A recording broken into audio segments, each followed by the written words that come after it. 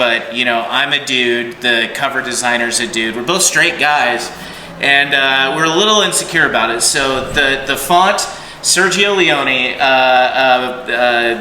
fistful of dollars font for the cover, and the Black Flag DC hardcore font for the spine. So you know, kind of clever. The nerds will get it.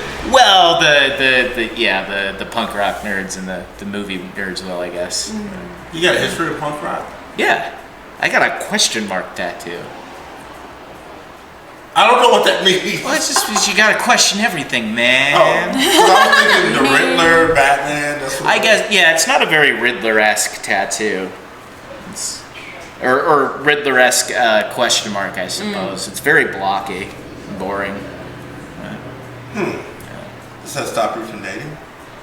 No, when I was a young man. That is a random question. The question mark, or like, I mean the question mark. The having a lot of tattoos anyway might have, I don't know, but I don't think the question mark specifically has. Back in the day, like when I was young and cute and had hair, like girls would come up to me and ask why I had a question mark on my arm, and it actually helped. So. Oh my god, what is that? Yeah, what is that? Oh. Yeah. It's like, and then I'd be like, oh, it's so pretty girls come up and ask me why I have a question mark on my arm. It's a good way to do it. We're gonna start We're the starting. podcast. Oh, okay. Well, I really liked everything he said, so you should do all that again. Oh, it's already it's recording now. Oh, okay. Whatever. So you're gonna clip that out, and that could be on a short. Sometimes I like having that little banter before. Right. You're like, okay, then we're gonna start the podcast. Yeah. That way, people get a chance to loosen up a little bit. What am I allowed to curse? Yes. Yes, you can cuss. Okay. You could just replace all the words like they do in some shows on Hulu. What the truck? Oh yeah, that was my favorite. That Battlestar Galactica really cracked that first with frack. Yes, and they then did. everybody else just every genre picked it up. It's not just sci-fi or fantasy anymore. It's everybody does it. Did you ever see The Good Place? Oh, I love Oh, The Good that's Place. a good one. They just replaced it with fork. Yeah. Yeah. Well, I And think, Last Man on Earth did that too. Yeah. It's one of my favorites. That show was bizarre. I had no idea where they were going with it because it's like it's positioned as a comedy, but it's pretty freaking dark. I have to be honest, deep. I struggle with Will Forte as a leading man, so I haven't. I watched the pilot and thought, this is really funny. I don't know if I need to watch him like hold the show together for a whole day or like every week. But I mean, the concept's hilarious, and Will Forte is a genius. I just really like him as a sketch comedian. I've seen it through more than once, yeah. and the character development is amazing. Is it? I love it. I quote it. Yes. All right, speaking of love, welcome to Creative Takeover. I'm your host, Arthur Point. With me is my lovely co-host, Caitlin Elizabeth. and today we have a very special guest. He's a comedian, photographer, writer, and all-around good guy, Andrew Ingram. He's here today. We're going to talk about his new book. It's called A Million Butterfly Wings. I'm not used to doing podcasts with video.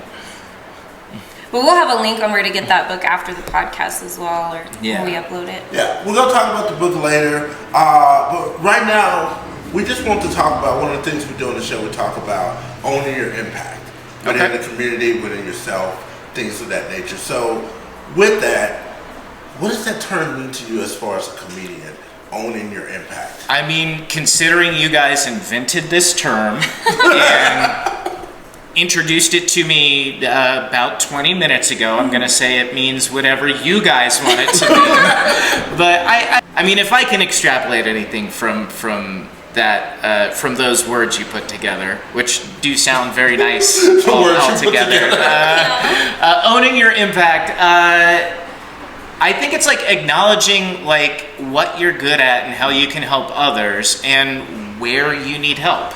And also maybe throw a curveball in there, owning where you're hurting the community and owning that you can do better. I like that. Yeah. You gotta add philosopher to this list of accolades. Yeah, absolutely. You're the poet, man. But I think it's really interesting for me to hear what people get out of that. And I think when we coined that term, it was more about letting people, as artists, really define it for what they want. So, yeah, for me, it's reaching as many people with art as I can. And I don't know what it means for you. To me, I like both those answers. And he really, flipped it. To me, it's about being true to yourself and not just following the herd of what other people define as success. Some people getting out of bed, putting on pants. Hey, I had a successful day. Couldn't do it before because of depression. But just owning who you are and taking real estate in that, and not letting anybody shake you from who you are and make you question your identity. And really remembering that we all have a voice. We do have a voice. Yeah. I'm using it right now. Yes. And sometimes it's easier to express that through written word or poetry or art, whatever that may be. Yeah. One thing about you, Andrew, you told me that you really, don't go out much unless you have to, when it's a job or something like that. Yeah. Well, let me put it. I enjoy socializing when I have a reason to be where I'm at. Yeah.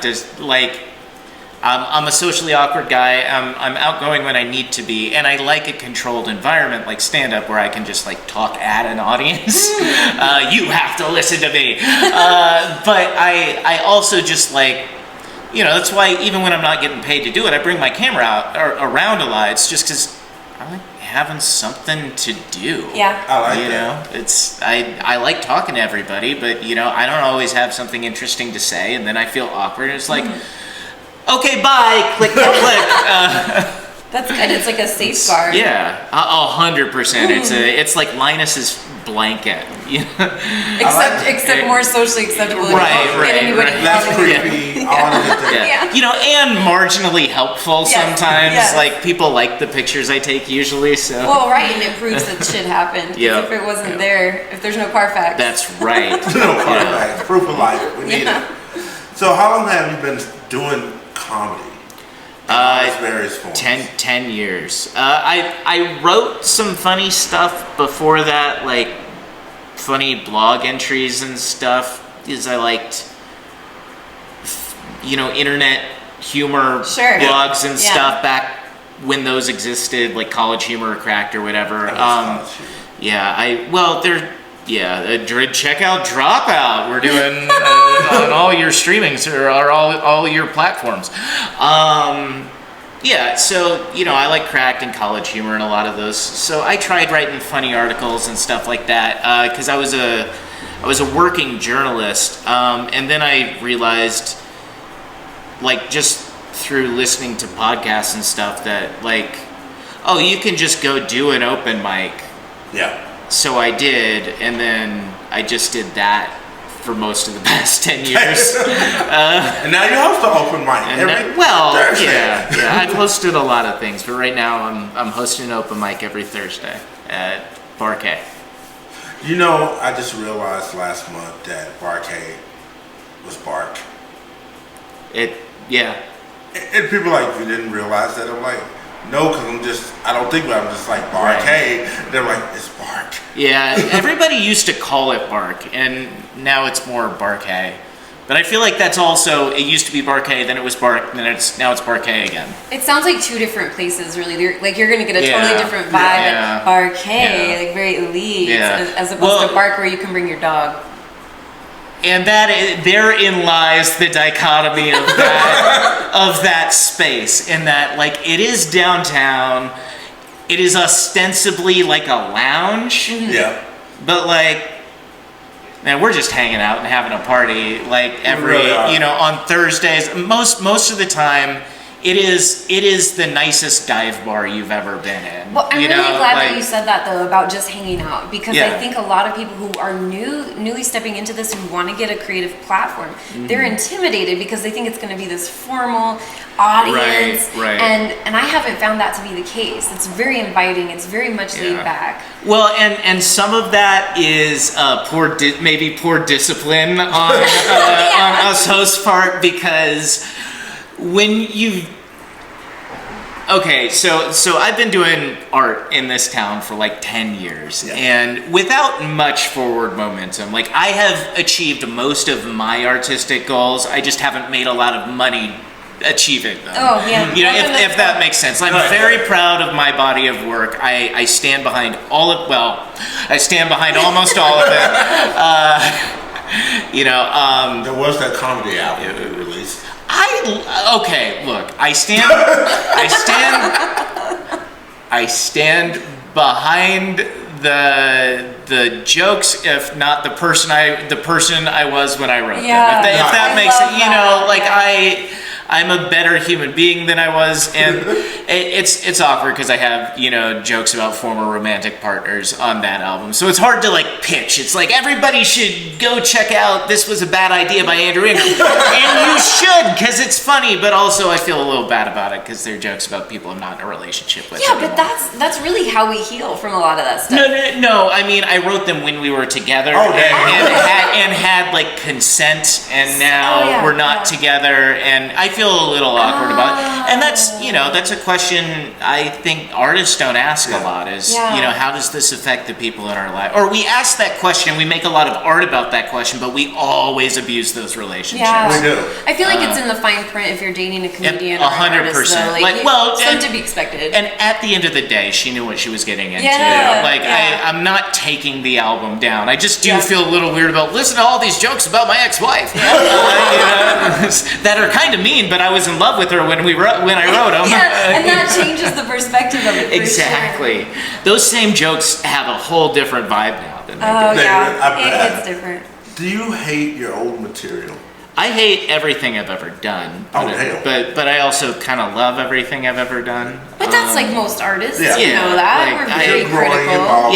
Like I hate everything while I'm doing it. I hate everything the second it's done. The only times I feel good about a project, other than the satisfaction of having completed this, and I believe it's when I look at something objectively versus like books I see on the shelves or comedians I see on YouTube or whatever, it's like, okay, I like this book as much or more than most books in most bookstores. So that being said, I still hate it because there are these 6 things about it that I wish I could make better. Right. But that's really common in the artistic world, for sure. Because you see all your mistakes, everybody else is like, this is great, bravo, bravo. And you try to downplay it. Mm-hmm.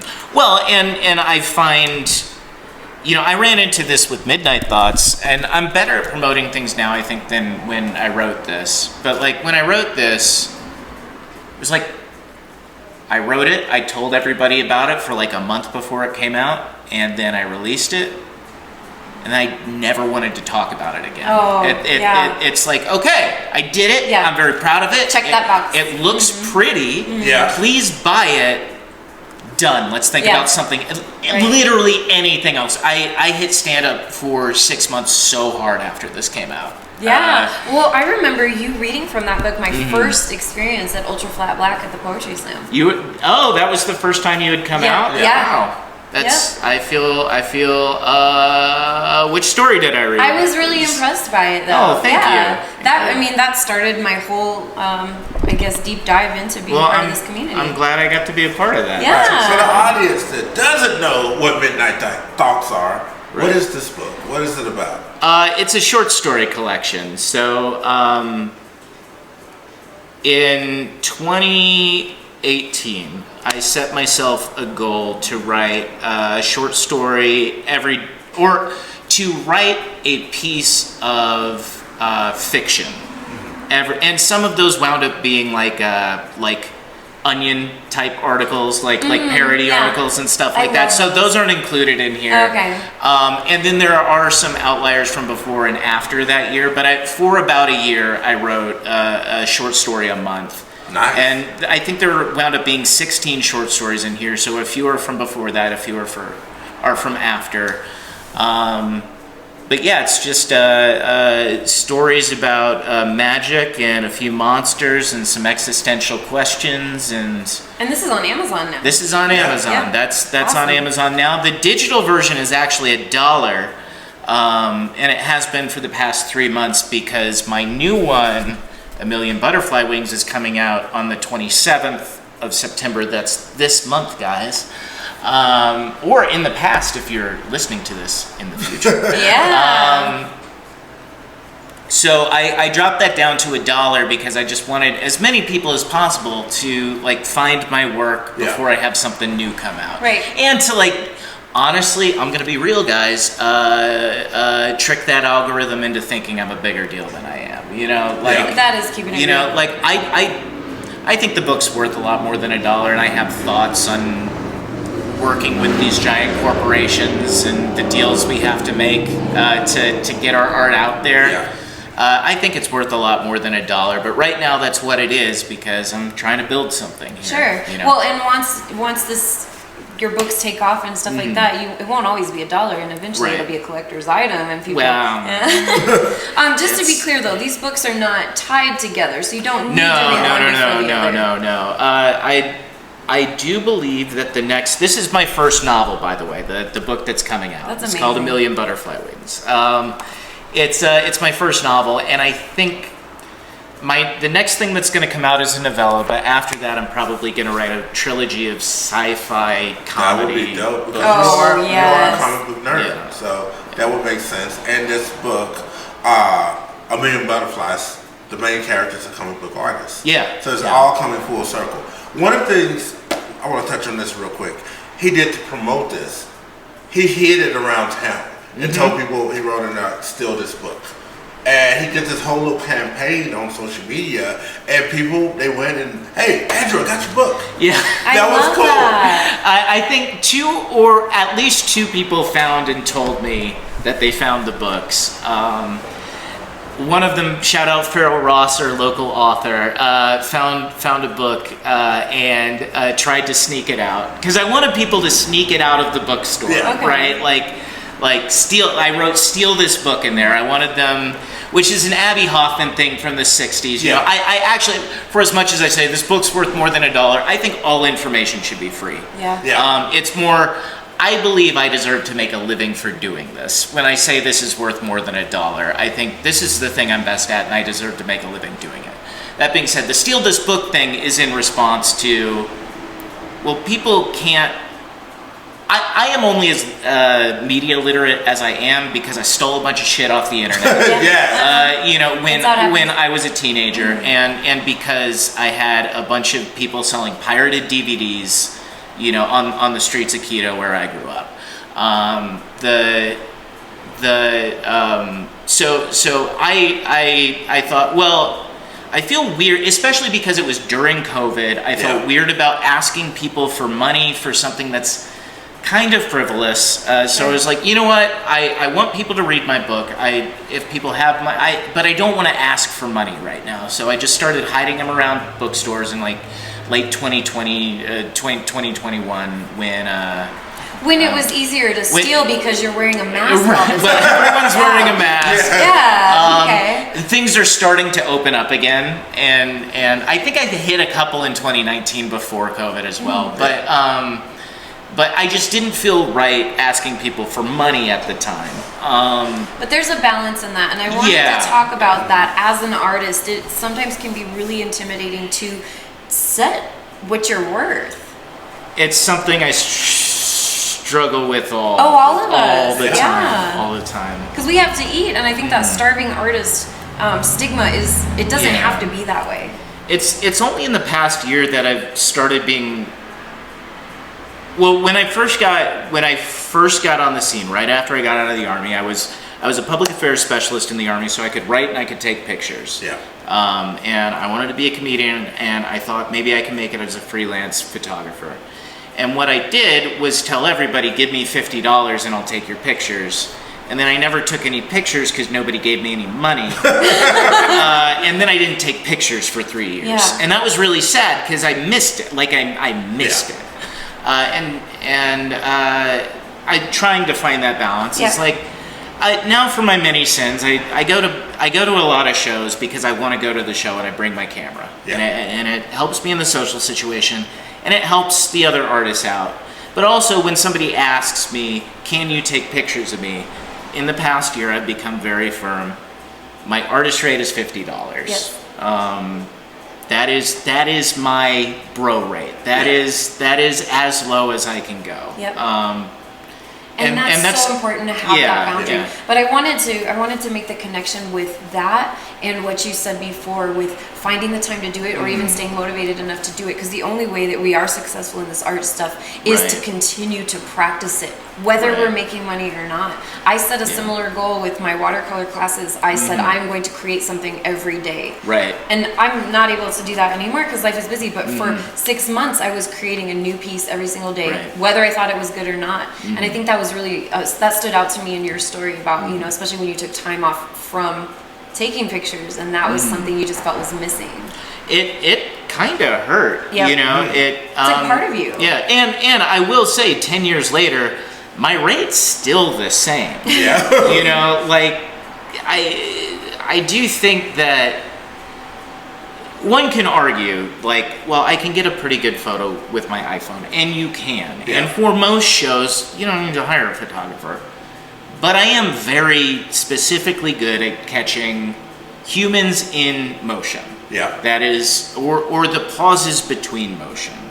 I'm good at catching people talk without making them look weird. Yeah. You'll notice, you go to a lot of shows, people, or you see pictures online from a lot of live events that are locally produced.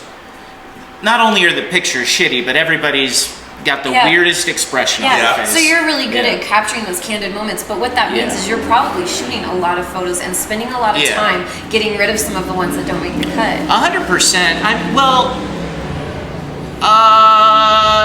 It depends on the type of show. You are right. So I shot a hip hop show on Friday, and here at Ultra Flat Black? at Frisky's, Oh, okay. and it was a lot of fun. And I took a lot of pictures of that for a couple reasons. One, they are moving a lot. Yeah. So I don't 100%. I can't tell whether I'm getting the shot for certain or not. Right. It's pretty dark in that club. It's the lighting setup. The settings are pretty similar to actually here at Ultra Flat Black. Yeah. Usually, if I have a gig there and a gig here, I don't have to change any of my settings between, which is kind of nice. I know what settings I need there, but I also know these guys are moving around the stage. There are 5 of them up there at the same time. Only 2 of them are rapping, but everybody's doing something. So on a show like that, I'm taking a lot of pictures.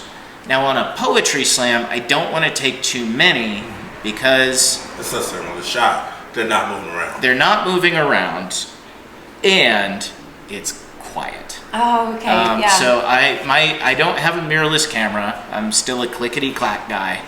A mirrorless camera, actually I had a friend I was seeing a girl who was a photographer, and she had a mirrorless camera. Threw me off because I was trying to take pictures with this thing. And you're waiting to hear that sound. And I can't tell that things go black, and then a few seconds later, I can say, I didn't like it at all. Yeah. Now that being said, hey, somebody wants to give me a Z2. You're like, go for not it. opposed. My Instagram is Andrew Ingram 88. Hit me up. We're just blasting across the screen randomly throughout this episode. That's right. If you want to give me camera gear, you are more than welcome to do so. I know that my first time speaking at an open mic, you took some pictures there that night, and that was the moment that you captured when I shared for the first time.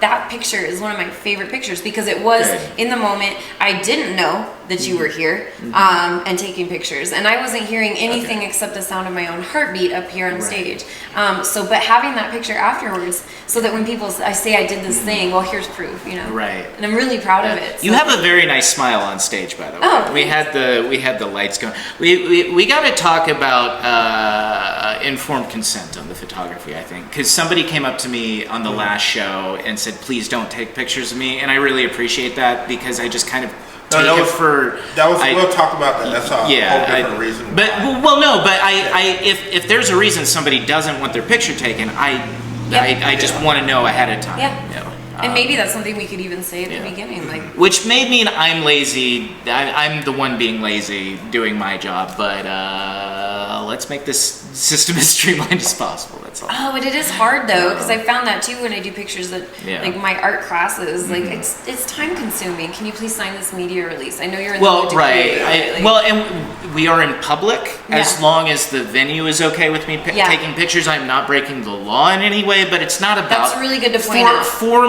me, it's if I'm doing street photography and I take a picture of somebody interesting on the street, I may just like suck it up. You're walking down the street, man. Yeah. But like, I'm never gonna take pictures of kids without parental consent. I'm never gonna take. And if somebody says, "Hey, there's a reason," or honestly, if it's at a show and somebody says, "Please don't take pictures of me tonight.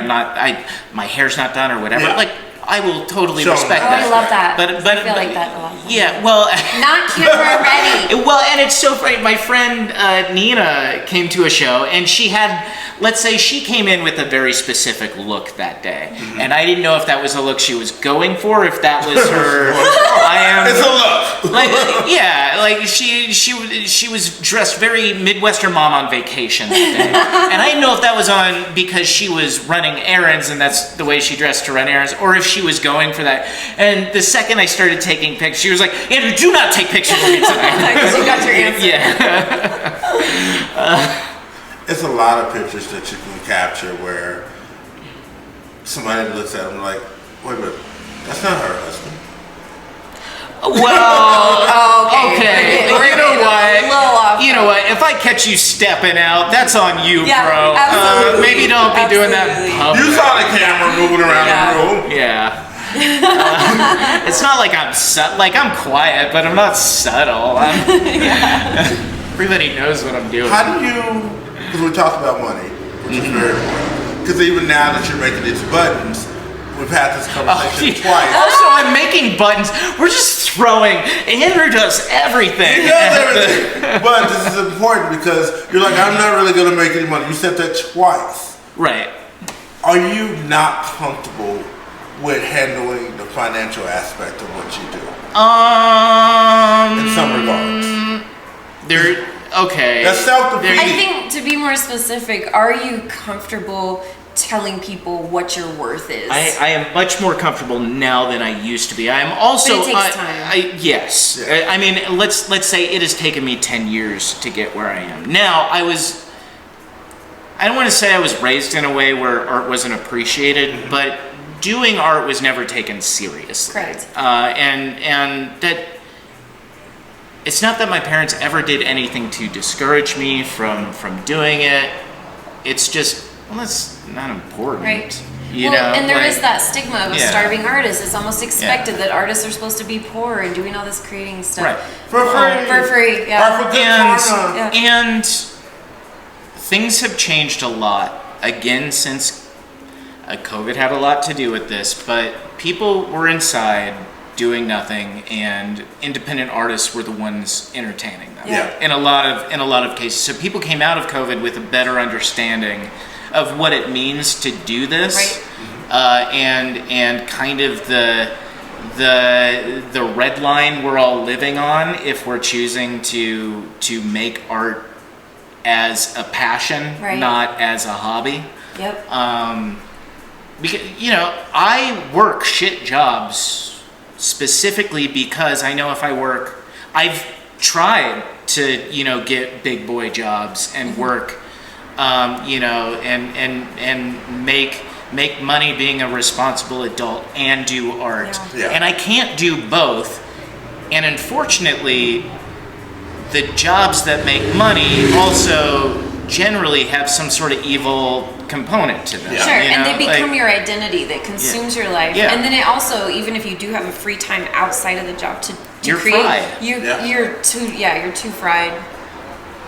The energy's gone. It's just, you're exhausted. Now with comedy, that's your first love. No, writing's my first love. Ooh. But comedy is It's an outlet for that writing. comedy, one, is a writing outlet. You're right. Yeah. You're 100% right. But it is also the most immediate art form possibly in existence. Yeah. Comedy is the one art form that you can do on the street with your friend in the middle of a conversation. So it's like instant gratification. It is 100% the single greatest sense of instant gratification you can get without doing drugs. Yeah. And that's making people laugh. It is making people laugh, and I am saying this as a selfish act. It is the most instant gratification you can get. As an active community, it is a beautiful thing. I would say my relationship with comedy. Comedy's the methadone that got me off of a lot of like bad thought behavior, or not even bad behavior, just bad thought. Like when I was negativity, just realizing that I could be a person with value after getting yelled at for 5 years. I got a lot of self-worth from it, but it being a drug in and of itself also had a lot of negative repercussions there in how I found value in myself. And so now I'm trying to... Right, because when those things aren't happening, how do you maintain that consistency? Right, well, and when I say, comedy keeps me alive when a real job wouldn't, well, there are ramifications for that too. That means that I'm 36 and have $2,000 in the bank to my name, and a car that's gonna break down tomorrow. Yeah. There are real costs to really following your passion. To following your passions. So what is the difference to you between performing comedy, stand-up, and therapy? Well, I mean, okay, a lot of people say comedy is therapy, and I will say it was vital to, if comedy helps your mental health, it's a tourniquet. At best. It will not save your life in the long run. You have to do work. It is a way to explore your psyche, but it can also be a bad thing. It is, like I said, a drug. It's a drug can be very helpful, but it can also be very destructive. Well, and I'm not to say that therapy can't be destructive if you get a bad therapist or you quit at a challenging point in your recovery, or whatever you call what you do in therapy. Your journey. Like if you're like a raw nerve because of a session and you never go back to therapy, well, maybe therapy actually hurt you. Yeah. And that's a very real thing. But that's still, that's a choice you made. Right. And the choice to abuse the drug that is comedy is still a choice you kind of make. And if you can't manage your meds, you gotta find different meds. So you touched on something about it being like a drug, and we know the reason for that is because it's an immediate dopamine release, right? Yeah. So how we try to find ways to maintain a reasonable rate of dopamine in our brains is by continuing to build those good habits around that. So when you do something like therapy where you're opening up a box of trauma and you don't have the tools to unpack that in an effective way, then you are going to be seeking out those immediate dopamine releases. Right. So it's important that you have therapy, get a treatment plan. There's a balance to everything. Okay, there is art therapy, and there are artists who use art for therapy, and there is therapy. Yes. Therapy is the thing if you want to have better mental health, go to therapy. And here's the thing. The other things can be a part of it. Yeah, but if you have a therapy person that you work with that also knows what you're doing for your outlets, you can bring all of that together. Yeah. I teach therapeutic art, and I say that this works best in conjunction with an actual therapist, because I'm not a licensed therapist. Right. So if you could, let's just say comedy, stand-up, wasn't in your life. Right. You said that writing is your first passion. Yeah. How, dream job wise, what do you want to do with your writing? What is your end goal? I'm going to write a book a year. What I would like is that book a year to make $50,000 a year, But if I make I want to be clear. Midnight Thoughts has made about $400 in 3 years. Okay, I'm sorry. I have sold about 200 copies or 250 copies, and I have made about $4 a copy. Okay. So I've made less than $1,000 off this book. Or about $1,000 off, probably less because I gave a bunch away too. Sure. So let's say less than $1,000 on this book. I'm not expecting a million butterfly wings to explode into this viral sensation. I haven't done the groundwork for that. I'm doing a new podcast, not a podcast that's been around for 20 years. Realistic expectations for what you're doing are important. I quit my job recently. I didn't quit my job because my book's coming out and I'm gonna make it. I quit my job because I didn't want to be doing that job anymore, and I wanted to do a new job. I don't expect this thing to explode tomorrow. That being said, if I write a book a year for the next 20 years, there's a good chance one of those, because I am good at this, and I am, and I hope I am part of a artistic community in this town that will help, lift me up to a point where other people can start finding me. And I think that's the hope we all have. That's the hope we all have, and it doesn't always work out. I certainly don't think I'll ever be a famous comedian, right? And I don't really want to be a famous writer. I just want to be a writer who makes a living doing it. But you're increasing your odds. And I want to be clear, writing the stuff I want to write, not write it. Like I can make a living writing stuff for other people. I don't enjoy doing that. Yeah. Right. Okay, this is the second part of that question. Great answer, by the way. Yeah. I love that. I didn't know that was being graded.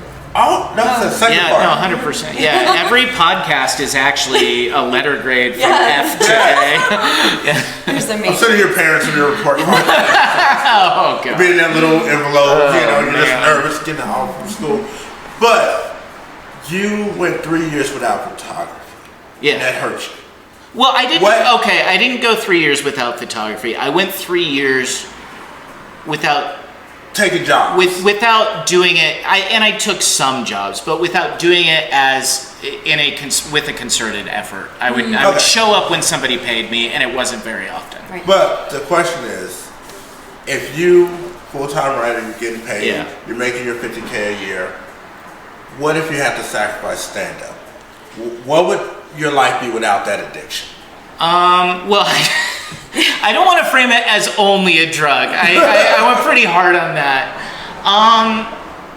Well, I would say that that's not really a thing, if that makes sense. Mm-hmm. If you look at art as like a holistic thing and not as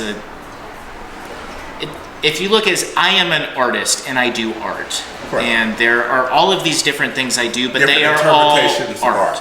Okay. I can do stand-up as much as I want wherever I am, because all I have to do is show up to an open mic to do it. So even if writing was a full-time 8-hour-a-day job, even if I was traveling to conventions every weekend, you could still hit a late I can still hit an open mic. In this scenario, they don't exist. Oh, so this is just magic world. This is just, we're making There's a magic. Open mic, there's no stages. Nothing for Andrew. Okay. That would I'm not sure how much my work makes sense in a world without comedy as a reference. That's what I was saying. You can still have conversations with friends, be funny, all that. But you did not have stand-up comedy. Where did this come from? Do you need therapy? I'm in therapy. Okay. Well, I would be fine. I would still have photography to get me out of the house and like have that social outlet. I think it feels like something would be missing. Yeah, I definitely I would miss it, and I would miss it not as much as I would have missed it had you asked me that question in 2019. My life's a lot different than it was 5 years ago. Sure. Oh my God, yeah. That being said, I'm a better stand-up. Part of stand-up not meaning what it did to me 5 years ago is part of maturing as an adult, and also kind of being a better stand-up in some. I might not be as good at stand-up in some ways as I was 5 years ago. I am much better at stand-up in a lot of ways than I was 5 years ago, though. In what ways?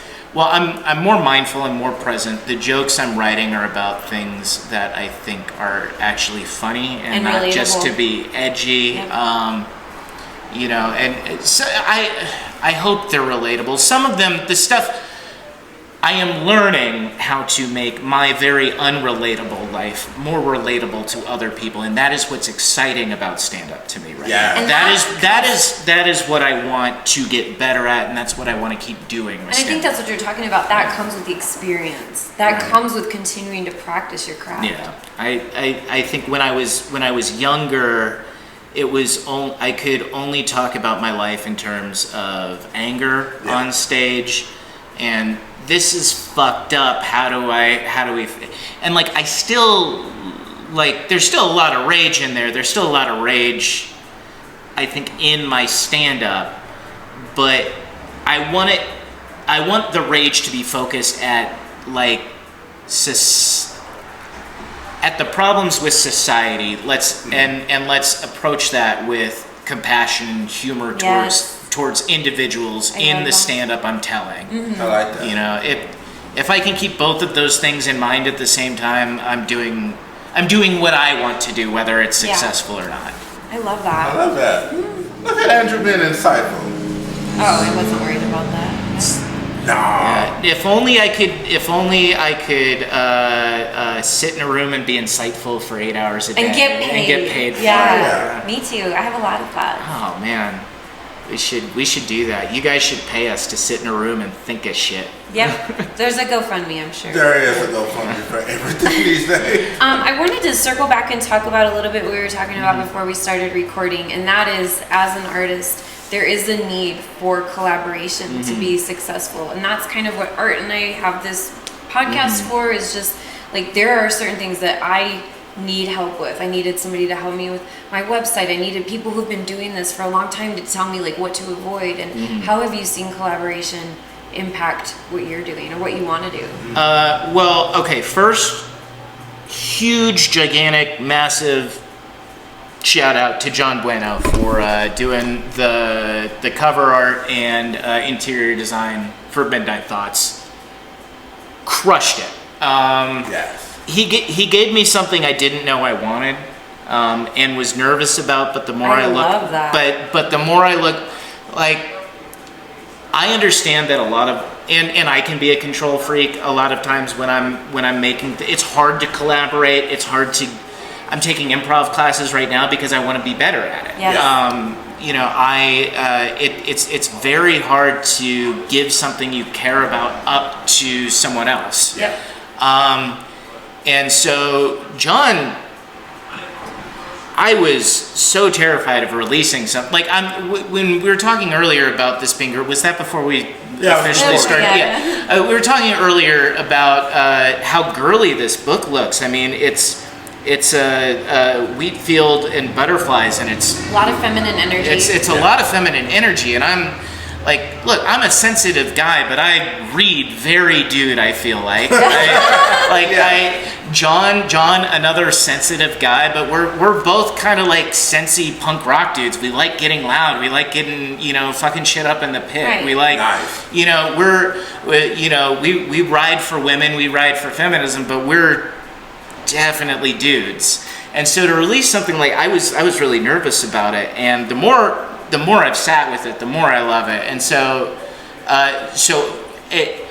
for an example of a good collaboration, John Bueno for this book has really come through for me, and I love that. I can't give him enough praise. He's very good at his job. Hire him to make whatever you want. I love that example because I know for me, when I was first stepping into my creative space, I would let that hold me back from achieving a lot of stuff, thinking that I had to micromanage everything or I had to do it myself, and that really slowed me down. And the fact that it's only slowed you down for a few months as opposed to the years. Yes. I've held myself back in one way or another, and I think you'll probably find you hold yourself back. So the fact that you're already down to like ask for help and get teammates and stuff, that's great. What I will encourage you to do, and what I think Art's much better at than me, because I'll get excited about something. I'll start collaborating with people. It doesn't work out, and then I just shut down for a while. Because like, and it could be your fault. It could be their fault. It could be, hey man, this wasn't that good an idea to begin with. It could be whatever. It doesn't work out. But like, that's a personal relationship that you were a part of that didn't accomplish the goal it was trying to accomplish, and that hurts. It can affect. You work with when you're making art, you work almost exclusively with your friends for the first many years you're doing it, and it can be really hard on relationships. Yeah, for sure. I mean, not. But, you also learn with experience how to know when it's okay to pull the plug on something, and you get thicker skin every time that you have to do that. I'm a very slow person. It's like I hope I'm getting there because like I've asked too much of people before, like way too much of people before, and I've had people ask way too much of me. I think this is something I struggle with. So if I have any kind of insight into it, it's try to be mindful of what you're asking other people to do, and try to remember that main characters don't exist. Main characters do not exist. You are working on maybe the most important thing in your life. That doesn't mean it has to matter to anyone else at all. Correct. Like when I say putting out both of these books were two of the most important things I've ever done in my life, I am not kidding you. Midnight Thoughts was something I wasn't sure I was ever going to be able to accomplish. And the fact that it happened meant more than any sales ever going to mean to me. That is not every artist's psychology. My psychology is very much based in my upbringing and really shitty military experience. You know, so like accomplishing something in and of itself is the thing to me. I don't want the external validation, or let me say, the external validation is not nearly as important to me. I love that. Because I can't trust it. And not for any like noble. When I was younger, I thought it was because I'm a real artist. It's like, no, it's because you're afraid of people not liking what you do. It's it's outsourcing validation when we can turn that inward and have an in-source of validation. It was doing the healthy thing for traumatic reasons, not because I'd figured it out. Right. Well, I wanted to just say this about collaboration. Sometimes what collaboration means is getting together with other people who have experience seeing these things happen, and it might just be that person who's telling you how practical what your ideas are. So it doesn't mean that people have to join in on the creation part of it, the logistics of stuff, but they can say, hey, I've done this, and these are the things that... Exactly. Yeah. What are your thoughts on the local comedy scene? Well, I mean, I think I've unintentionally maybe burned some bridges over the years talking too much about. I don't want to avoid the question. I want to be like give you honest answers. I just say like, let's say anything I say is covered by like not just my perception but my ethos and my goals and my relationships that I've made and damaged myself and been damaged by others over the past 10 years. I've done doing comedy in a town this size for as long as I have is kind of something you're not supposed to do. Like I'm supposed to go to LA this year and become a real stand-up, or I'm supposed to move to New York or Chicago. In the past 3 years is kind of when I was supposed to do that, and I didn't. And I'm not like imposed expectations. Well, it's imposed expectations, but it's also if you're taking this seriously as a career, what are the milestones you need to hit? I'm 36 years old. I've never been in a writer's room. I'm not going to write for TV. And that sucks because that's something I would have loved to do. But I'm a comedian with less than 800 Instagram followers in Colorado Springs, Colorado. Right. Yeah. I'm never gonna get to write for The Simpsons. That's okay. I do get to write I do get to write whatever the fuck I want, Right. which is Yeah. really cool. So let's say anything I have to say about the scene is colored with all of that. Sure. Okay. That makes sense. I love the Colorado Springs stand-up scene. I think that there's a lot of talent here, and I think one of the best things about it is that nobody really sounds the same Yeah, here. absolutely. Whereas you watch a show up in Denver, not to say there are so many hilarious Denver comics, but there are a lot of comedians telling jokes in exactly the same cadence and Yep. exactly the same, because we have 3 minutes. Set up punchline is all we have the time Yeah. for. Yeah. There's room to grow and change here. We're too cliquey. I am a part of that problem. Where I spent some time talking shit, same as everybody else. We're in an awkward part of the country because we're surrounded by military bases, but we also have a pretty libertarian outlook in this town, which means that we're actually pretty cool with queer people. We're actually pretty cool with, most social justice stuff, as long as you're not asking people to pay more taxes. Yep. Yeah. So you get a lot of comedians in this town who are Coloradans, or who their exposure to stand-up comedy is the Joe Rogan sphere. Yeah. And so they think that, well, this is what stand-up comedy is because that's what they watch. Yep. That is stand-up comedy to them, and that's cool. And those guys, what they don't understand is they're not actually the largest comedy audience in America. Like Joe Rogan doesn't have, or Kill Tony or any of those guys. They don't really have the market cornered on comedy. What they have is the market of comedy geared towards young men in their 20s Yeah. and 30s, or white men in their 20s and 30s. And what they have is a lock on, and what they have is those people spending money. Yep. Yeah. Because they have sort of positioned themselves as the outsiders in the industry and stuff, they've trained their audience really, really, really well to pay them.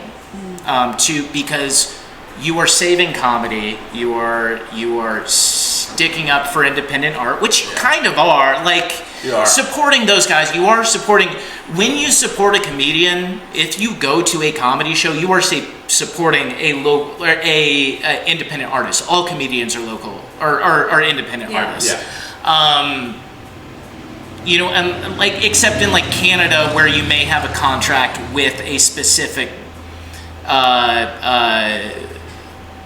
comedy club franchise or something. Like, unless you're a franchise comic or a cruise ship comic or something, like, you are an independent contractor. Yeah. You're an independent artist. Most artists are really independent artists. So, but they believe they're free speech warriors, and I don't think most of the guys doing this comedy believe any of that shit. I think they just, some of them do. Some of them are drinking the Kool-Aid. I think, But they know what it gets engagement. But they know it gets Yeah. engagement, and people are telling you you're funny. Yeah. Yeah. People are giving you money to do what you've always wanted to do. Of course, you're going to keep doing what they like. It goes back It's- to that instant gratification feeling. So all of that to say, a lot of the young comedians in this scene, because a lot of the young people starting comedy come from that Yeah. that ethos. They come from, Like 10 years ago, Kill Tony was the most hack show. Yeah. And I'm saying that as someone with 792 followers on Instagram. I'm aware I'm a nobody. I am. Earned those, though. No, but look, no. What I want to be clear. If anybody's, well, you say what you want, but you haven't done it. You're right. I haven't. What I am saying is the perception from comedians at 10 years ago was Tony's a hack. Yeah. Go on his show if you want to get more followers, but like nobody likes him or his comedy. And when he got canceled a few years ago, everybody was like, fucking finally we can say we don't think Tony's funny. All of the comedians who have started in the past year have mentioned Kill Tony to me in our first interaction with each other. Okay. Oh, wow. Or every male comedian who's started in the past year that I have spoken to has mentioned Kill Tony in our first conversation. And all of them are kind of edgelords. Which isn't to say edgelord comedy isn't funny. I like dark humor, but you have to earn an audience's respect first, and they don't believe that. It doesn't matter. Tony will tell you that. Rogan will tell you that. All of their heroes will tell you that, but they want to tell the darkest joke they've ever thought of because that's the funniest thing they've ever thought of, and I get it, but it's going to make audiences mad, and stop doing it. So that being said, there are very many hilarious, I've said that being said 50 times on the show. there are very many hilarious comedians in this town, and there are a lot of new people who are very funny. I'm a little confused by some things that have happened, and I hope that we can kind of come together as a scene and be a little less cliquey, because I think there are more of us. There are too many of us now for anybody to make any real money doing stand-up. Right. Yeah. The way we're doing it, so we have to come up with a different solution. I think that just being more vocal about it, like I think that's part of the reason for this, this show and different community events that we're doing. So just we're not alone. We don't have to do this alone. Yeah. And I'll say stand-up is in the best position it's been in this town. Maybe not the best position. There are a lot of things happening in this town that wouldn't have happened when I started. There were like 10 of us. Looney's wasn't booking us. Nobody, like not even the funniest guys in town. They were getting opening spots maybe. Everybody was from the road.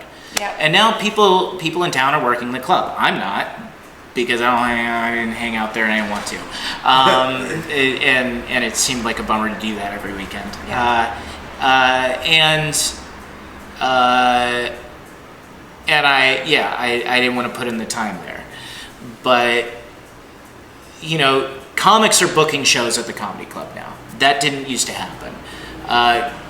People are showing up to locally produced shows, which didn't happen when it didn't happen for anybody. It certainly didn't happen for poets. I don't know how you bring anybody out to poetry shows. I don't know why anyone would want to see poetry live.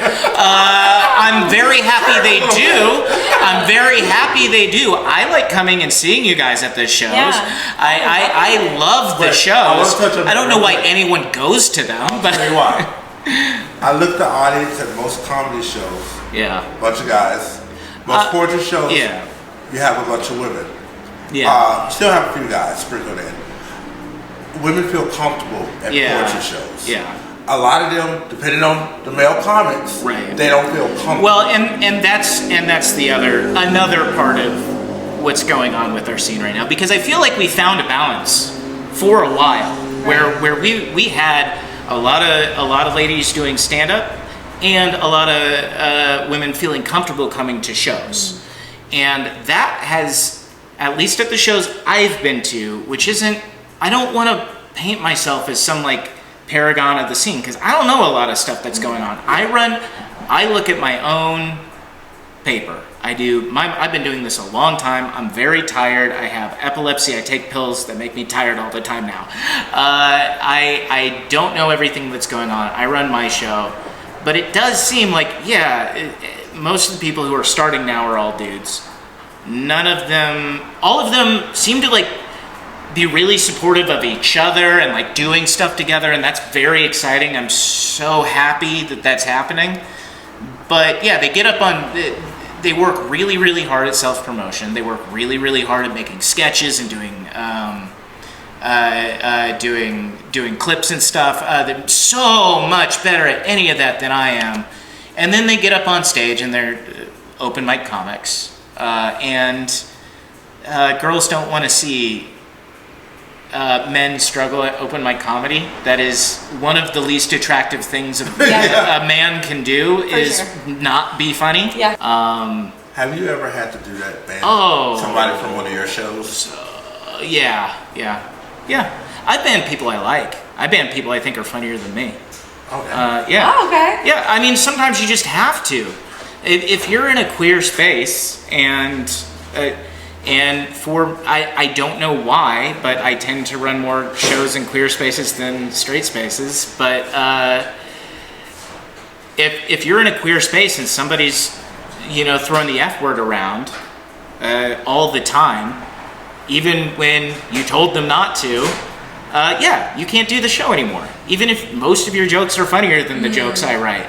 Those 3 jokes that weren't, or 3 jokes that were funnier than my jokes but were offensive to the people who are here, mean you can't perform here anymore. Okay. And that makes a certain kind of comedian very angry because they think this is the last bastion of free speech. You're taking that away from me. And I understand that argument, and I have felt that way before. Right, because but it is an outlet, reading the room. Yeah, but people are, especially people are paying to be here. Mm-hmm. If we have a if people are paying to be there, I have a responsibility as someone who wants people to keep coming to my shows and paying to come to my shows. That is good. And you may feel as an artist that you have a responsibility to be true to your art above everything else. And I will never... I may judge the art, but I will never judge that decision. Sure. To put your art above whatever is politically good for you. I've made choices for my art that hurt me politically. We still haven't talked about what this book's actually about. Great. We saved it till I insulted the entire Colorado Springs comedy scene. You needed to. No. Look. First of all, none of them are going to watch this. I promise you. There will be 3 members of the scene who actually watch this. Comedians aren't going to watch this. But the ones who do, maybe the ones who need to hear it. I don't know. I just told a young comic who's been doing it like a month the other night. He got up on stage and said, I'm being ironic. I know these jokes are offensive. That's why I'm telling them. And maybe you don't understand because you're not from the internet or whatever. And it's like, from the internet? Yeah, well, because he's 23 or whatever and spent probably some of COVID or some of high school in COVID and has spent the only people he's ever connected to were on the internet. So he only knows how to tell racist jokes because that's what the internet is. That's what's on Reddit. So tell us what the book's about. Okay. This book is called A Million Butterfly Wings. It's about a girl who knows everything. A young woman born in rural Indiana with full omniscience. She knows what you had for breakfast this morning. Okay. She knows how many stars are in the sky. She knows why Arthur hasn't gotten braces. She knows everything. Yeah, she knows everything.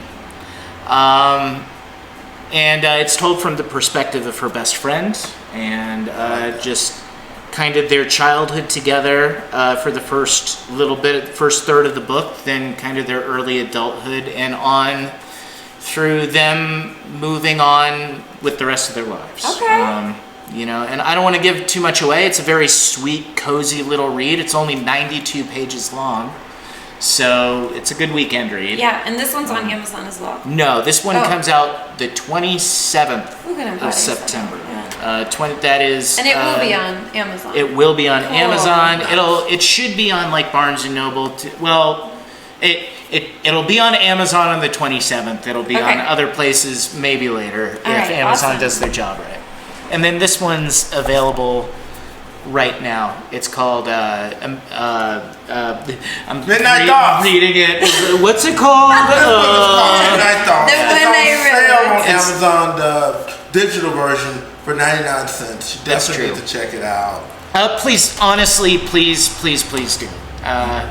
Not only is it great, I stand by every story in the book, but it's every sale will help strangers find the new book. I like that. Yes. Okay. And if you want to see more of Andrew, every week, every Thursday, where can they find you physically, and where can they find you on the internet? You can find me on Thursdays in person. Please don't be a stalker. Thursdays in person at Bar K for the Bar K open mic. All acts sign up at 7, show at 8 p.m. It's my favorite night of the week right now. You should come and do some poetry. Okay. Please do. Art comes every week and heckles and doesn't perform. Is there and a it's sign that says no heckling? No, I just yell at him every time. He thinks it's funny. I'm gonna. I'm working on getting on that band list. Bro, like, you're a performer. You should know better. Yeah, do better. I One time I perform did just give him the microphone. Like, it is kind of on me. I Yeah. did just like give him the microphone one time and let him do his thing. Yeah. but- I wanted to shout out yeah. Ultra Flat Black, which is where we're recording all of these beautiful art pieces, and Ultra Flat Black has been so gracious to let us record here. Another thing we have here is the Poetry Slam, Color Swings Poetry Slam that Yes. Art's put together. Tell us about our upcoming event. October 4th, we're going to have our annual Halloween Poetry Slam costume contest open mic. You do not have to be a poet to be in the costume contest. Just come dressed as a cool costume. I predict a lot of Barbies, a lot of Deadpools, a lot of Wolverines. We're going to see. What are you gonna do, Art? I'm Deadpool. Yeah, come on, man. Was that a prerequisite? Like, does it have to be superhero? No. I already got my costume. It's No, you not can a be comic. whoever you want. What are you gonna be? I'm not telling. Okay, that's It's fair. a I surprise. tried to get it out and she won't tell. No, no. No, you can be whatever you want. If you want to be Pippi Longstocking, go for it. Punky Brewster, go for it. Are you Golden gonna have Girls, open go mic for it. that night? Yes. Okay. It's still going to be an open mic. We have that October 4th. We also have Upcoming painting class, we're gonna do Mimosa Muse, which will be on October 20th. All supplies are provided. I'll be teaching. We'll have a mimosa flight available, or sober elixirs if that's your thing. And we're gonna be doing a spooky acrylic theme. Nice. So, stay tuned, like, subscribe, all that usual YouTube stuff. I love you equal amounts. We'll see you next show. Come see Hey. the Edenology. I just stole his whole little You tag. just stole my tag. Fine, you can say it. All right. I love you all different amounts. Goodbye. I feel like that's what our parents really want to tell all their kids. They don't do